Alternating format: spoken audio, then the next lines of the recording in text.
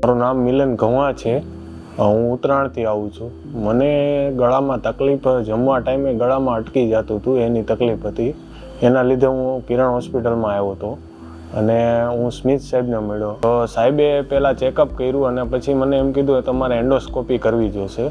એટલે એન્ડોસ્કોપી કરવા માટે મને એક દિવસનો મને ટાઈમ આપેલો. ત્યારે તો મારે સલવાયેલું હતું, એ મારે નીકળી ગયું હતું. પણ પછી એમ કીધું કે કાલે સવારે તમે દાખલ થઈ જાઓ અને કાલે આપણે એન્ડોસ્કોપી કરશું એમ.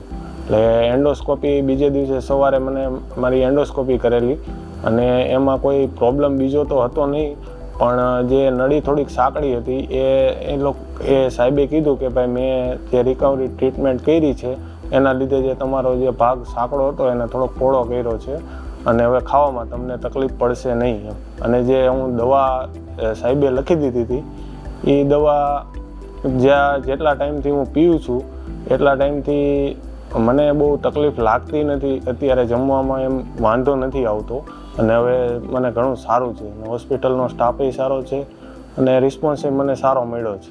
બીજા લોકોને કે ભાઈ અહીંયા જો કોઈ ટ્રીટમેન્ટ કરવી હોય તો ફેસિલિટી સારી છે અને રિકવરી પણ સારી આવે છે. બીજા લોકો માટે એટલી અપીલ કરું છું.